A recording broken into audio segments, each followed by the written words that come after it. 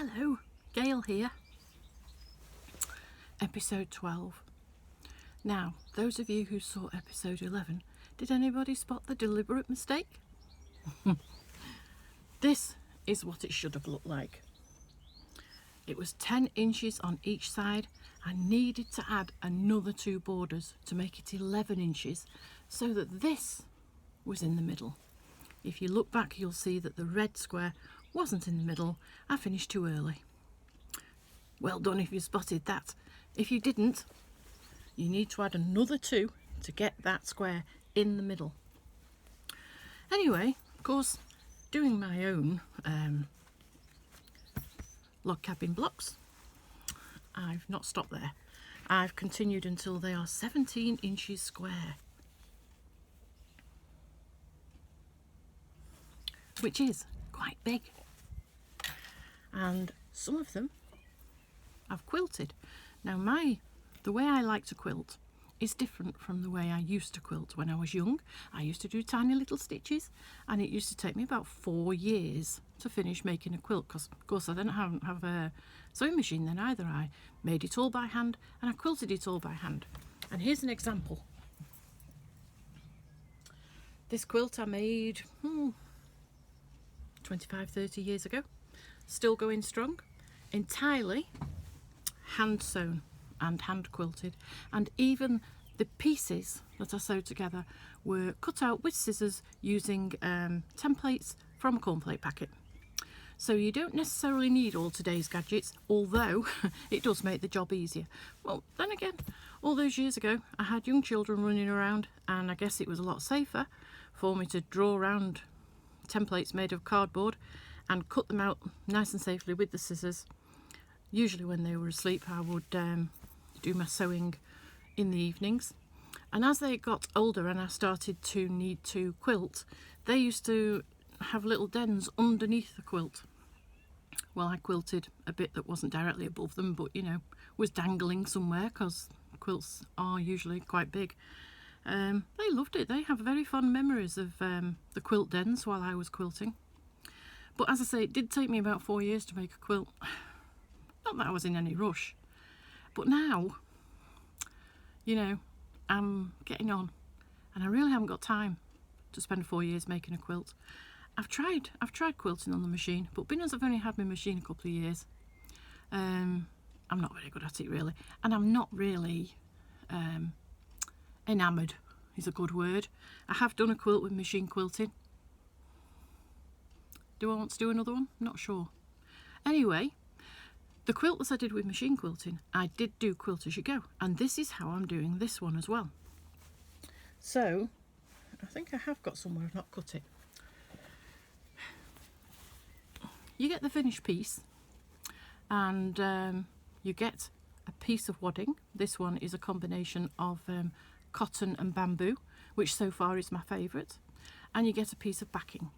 And you lay the backing down on your table or your floor or wherever you've got the space, and then you lay the wadding on, and then you lay your top piece. And then I use pins, safety pins, quilter safety pins, to tack it all together. I've got some here if I can get them out of the box. And you see the bent? That just helps with the make sure you've got something you don't worry about the surface of underneath. I do it on my chopping board. Not my chopping board, it's, what's it called? A cutting board. Yes, I don't go in the kitchen and do it along with my onions. In the old days when I was making this one, I used to tack them, you know, with big tacking stitches. Now I've moved on over the 30 years or so that I've been doing since I've done that one. And now I use the safety pins. I don't tack anymore. I have bought some spray glue, but I've not actually used that yet. Not got round to being brave enough. This one I saved. I collected buying little, you know, fat quarters over the years of going to quilt shows, and this is what we call my Flower Fairy quilt, because a lot of the fabrics, in fact the majority, I would say 80% of the fabrics, are from Flower Fairy collection, and the backing is as well. It's about 60 inches square, I suppose. And can you see the optical illusion? There are no circles. It's all placement of light and dark triangles. That's all it is. My centres, like that one in particular, doesn't match. That one does. That one does. That one doesn't. That one does. That one does. Even then, I didn't care that much. If I'm very bothered, I could always sew on, you know, a soffit puff or a button. But I'm not that bothered. It keeps me warm, and I like the pattern. I like the optical illusion. Pleased with the work I've done, and I move on to the next one. Now, as I was saying, I have quilted a quilt on my machine, and I did it quilt as you go, and that's the way I'm doing this one. Each 17-inch square I'm layering up with the backing and the wadding and the square that I've sewn together. As you'll see, they're all a bit bigger because sometimes with quilting it draws the fabric in. So if they're all exactly the same size at the beginning, at the end your wadding might have crept inside. So make them bigger. And of course, with quilt as you go, you sew them together after you've quilted them. So you need the backing to be bigger because you'll sew along the backing, but one side will be tucked in. That's the way I do it anyway. I'll show you how to do that as the weeks progress. So the quilting I do now, because I don't have 4 years per quilt, is what we call big stitch quilting. See the big stitches? And I do that with quilting cotton. No, I don't. I don't do it with quilting cotton. You can. I do it with crochet cotton. The type of crochet cotton that you might crochet a doily with. It's good and strong, it's cotton, and you can get big balls of it that last forever. I've got a few colours. I've got some smaller ones as well in a variety of colours, which I've shown you before.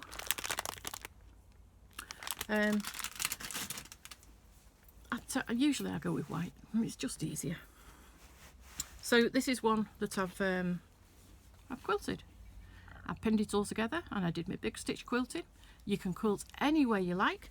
As you can see from the back, I've gone around the red centre square, and then I've gone around another row, missed a row, and gone around that row and around the back row. Some of them I've done every row. I'm not quite decided you know, how I'm going to finish them. I've also done diagonals. You have to make sure that you work from the middle outwards. If you work from the outside towards the middle, in the middle you're going to have some kind of uneven fabric when you've finished. So let the uneven fabric go to the edge and it'll be, you know, tucked into the final sewing together. So I've got some here that I've finished, and I've cut down the wadding to the same size.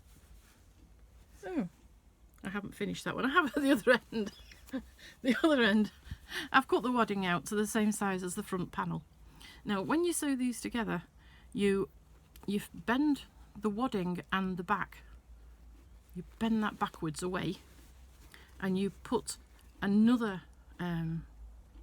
block face to face, and you do a 1/4 inch seam, and then your front is done.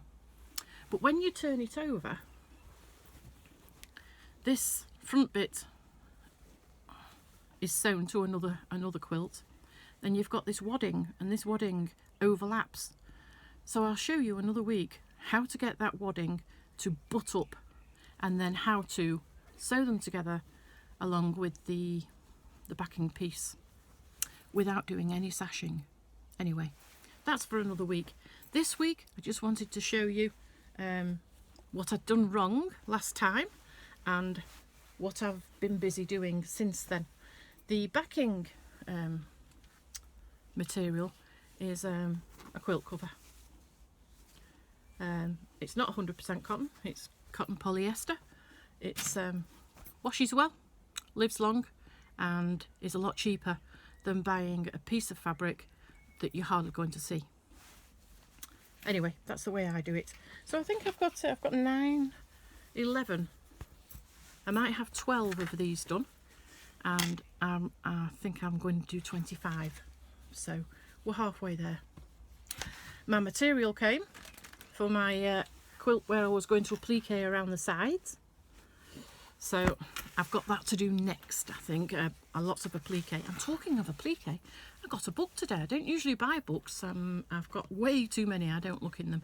But I had this in my my saved searches on eBay, and I don't know why I wanted it, but obviously there was a reason I wanted it at some point or other. So anyway, it was there. It was cheap. And in England, whereas most of them are from America, you know, with like £21 postage. So, oh, look at that. It says the American price is $27 and $38 in Canada. I got this for £8 off eBay. Free postage. Anyway, it's full of applique and patterns and things. So, that must be, I do like applique. Maybe I thought it would give me ideas or something. I mean, there's one here and there's flowers in teacups. Can you see the flowers in the teacups? And I particularly like this one on the back, on the front. I might do something like that. It's got some lovely pictures in. Not that I'm affiliated with any book selling outlets or books. I just like it. That's lovely, isn't it? Anyway. That's come as well, yes. Have I shown you this? I don't know. It's got animals' faces on it. I thought it would be nice for a baby cot or something. I was also thinking of just cutting them out and embroidering them, you know, and having them as pictures. Not that I've got any babies, and you know, my grandchildren, they have to have what the parents want, not what the granny wants. But anyway, I bought that. That was nice. I've had a birthday while I've been away, so I'm a nice round figure in every way now. Round in body and round in numbers. Get free prescriptions now. I wonder if I get a free bus pass. Not that I can walk to a bus stop, because you know my knees are gone. But for my birthday, my husband said, you know, what do you want? And I said, well, I'd rather have fabric than anything else. So I bought myself all sorts of things. I've bought this material, which, you know, I think it was an end of roll, this. It's 60 inches wide anyway. And I'm going to make myself a sexy nightie. You see through it? Wouldn't that be gorgeous? 60 and sexy, eh? Well, I don't know about the insides, but, you know, it's going to be very nice, that. I mean, I suppose most people would make a blouse or something, but no, I'm going to have a nice nightie made out of that. And I bought this material because I've got a lot of patterns for dresses I want to make, and I thought I'd better, you know, actually get round to making one. Like that one. It's not a very good picture of it, but I quite fancy making that for the summer. So I bought this material, which is viscose, 60-inch wide viscose, and I got this one because I thought that this is also viscose, and it's I thought that was a nice subtle colour. Goes with my top. And I also bought exactly the same material, but in navy. Navy always goes nice with things, doesn't it? Along with my sexy nightie material. And I don't know if I've already shown you these because I feel like it's been so long since I've talked to you. But I've got this green material as well. Just because I saw in a brochure, a gift brochure, a dress, a green dress with little green flowers on it. It was lovely. So of course, I went and bought myself some green fabric. I hope I get the chance to actually make a dress. Bought myself some nice fabric from the D-Stash group. Isn't that lovely? Half a metre of that. Is that upside down? Could be. It's lovely though, isn't it? It's got like, I don't know, purple stalks on it. I like purple. I haven't got anything in mind, but you know, I like purple, so I'm sure it'll go with something that I've already got. And I bought a quilt kit on the D-Stash group. I bought it because I like the fabric range, not because I like the quilt. But that's the quilt. And this is all the fabric. So there's a little red piece and a little cream piece. And there's patterned pieces and cream pieces and brown patterned pieces. You know I like this sort of thing. It'd probably go with things I've already got, won't it? And another red piece and another patterned piece and a big piece of red pattern. So I'll have a go at that sometime or other. It might not be exact. I might not follow the quilt that's there. I might use these bits for a plique. You know what I'm like. I like a plique. Or I might make the quilt. Who knows? Oh, and I've remembered to bring the crocheted blanket. Here it is. It is a bit enormous. So I don't know if any of you do crocheting, but this is a very simple pattern. It's can you see? It's just a double and a chain, a double and a chain, a double and a chain. It would be very boring, I think, if it was all one colour, but I've got 12 different colours. I've edged it. Can you see? And it's so warm. In the chilly nights now that we're not having the heating on, or we're trying not to anyway, I'm lovely and warm under my nice warm blanket. And my husband's nice and warm under the quilt I made him for his 60th, which is all tweeds. Tweeds and wools, and even wool suiting. And a few weeks ago, I got this. Whoa. Now this cost a lot of money. Probably because I bought 5 yards.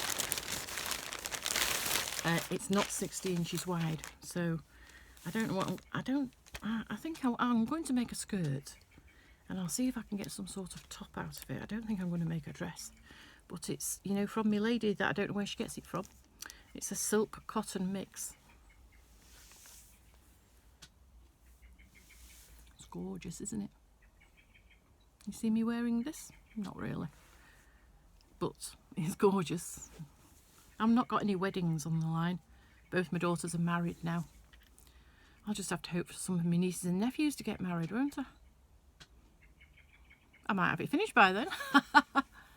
But can you see the shine on that? And the, oh, it's just gorgeous, isn't it? She's got a few like this, but you know, I can't afford to just buy like everything. I mean, I have, you know, splurged out. You should see what I've got on the way. I've just because for my birthday, being as it's a big birthday, I thought we'll go away, we'll do something really nice. We'll go into my local town and we'll stay in a nice hotel. We'll go to the theatre and see a show. We'll come back. We'll do that on a Saturday, and on a Sunday we can have Sunday lunch and a nice breakfast. And then what? Come home. And I couldn't actually do that on my birthday because the show I wanted to see wasn't on my birthday. It was on the day before. Anyway, I planned it all, and the show tickets were £75 each, and the hotel was £150. It was nice. And then there's the cost of all the meals and the drinks, and I'm thinking £400,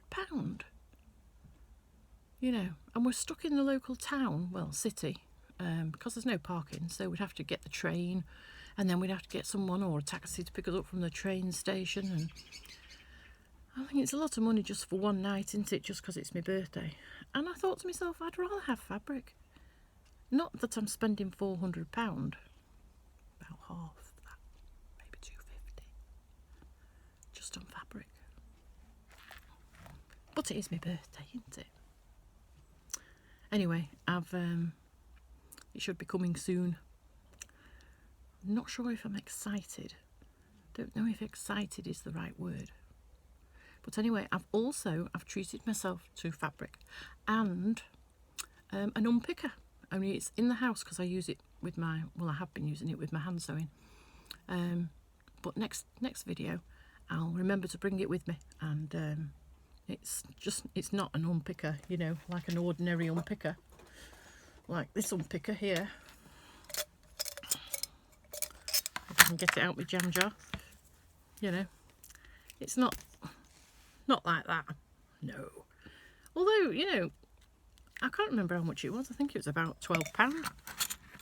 Oh, it's posh. Very nice. Not that I'm affiliated with an unpicker maker, but I will show you that when I remember.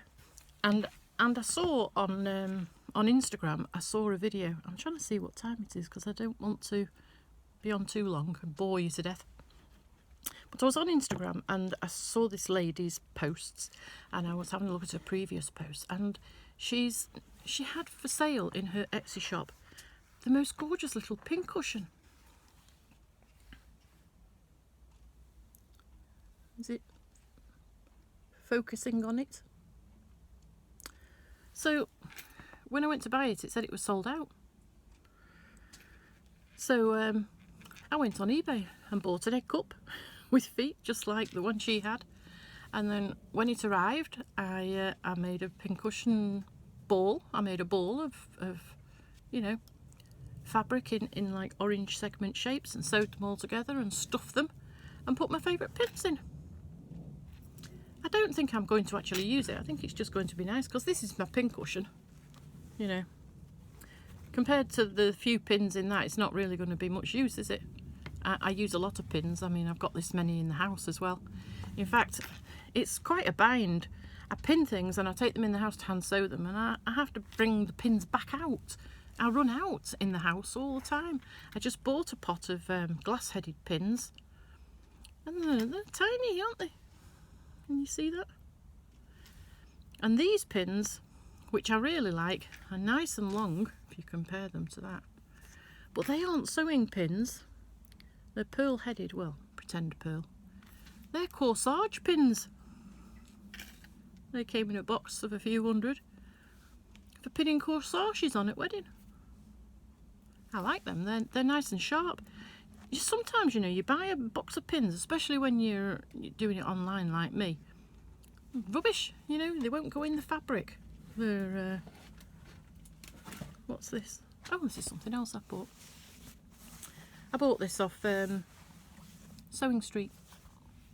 Yeah, Sewing Street. I bought their Bird of the Month panel. I don't know why, really.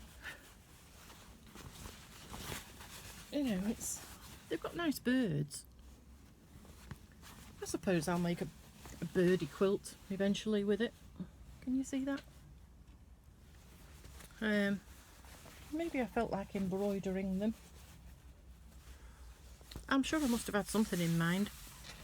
Anyway, that wasn't expensive. Yeah, I'm terrible, really. I'm really thinking to myself, you need to stop watching TV. I watch Sewing Street so that I can see the new fabric ranges, and then I go on the internet and buy them. Maybe I should stop doing that. I think I've got enough. I've got enough fabric. I've got enough ranges.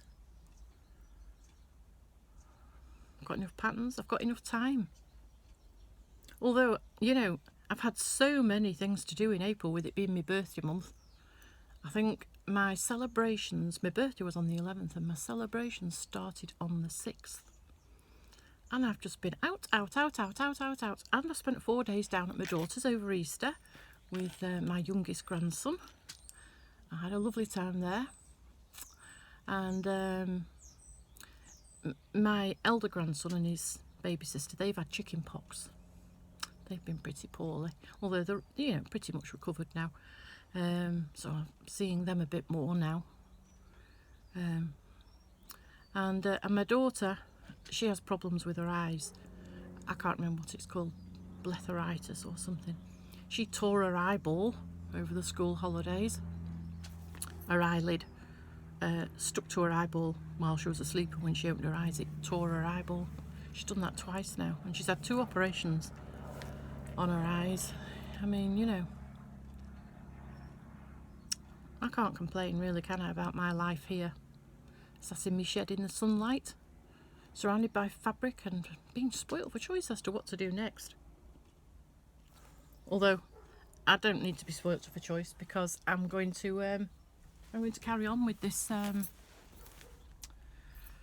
log cabin, which I did for the quilt fair, and my peacock went. That was won by somebody in the raffle, which I was glad to see the back of, and the person that won it was absolutely over the moon, so that was nice.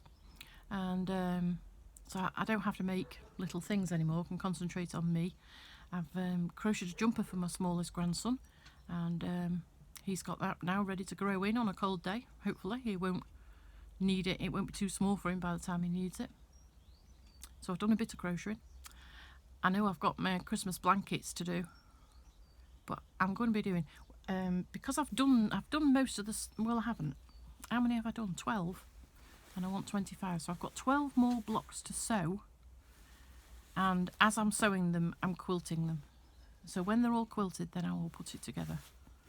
I might just put 2 together though on my next video to show you how I do it anyway. I think that's all I've got to say today. I have tried to do this video twice before, but my husband kept walking in and I'm just not skilled enough to splice together, you know, a first half and a second half. I have to do it all at once. But anyway, I'm going to turn my radio on and I'm going to get my machine plugged in and get some sewing done and some layering up ready for another batch of hand quilting. So I hope this leaves you all well, and I've been told it's bank holiday at the weekend. I didn't know that. I'll have to appreciate the Monday. I hope you all have a nice time, and I'll see you soon. Bye.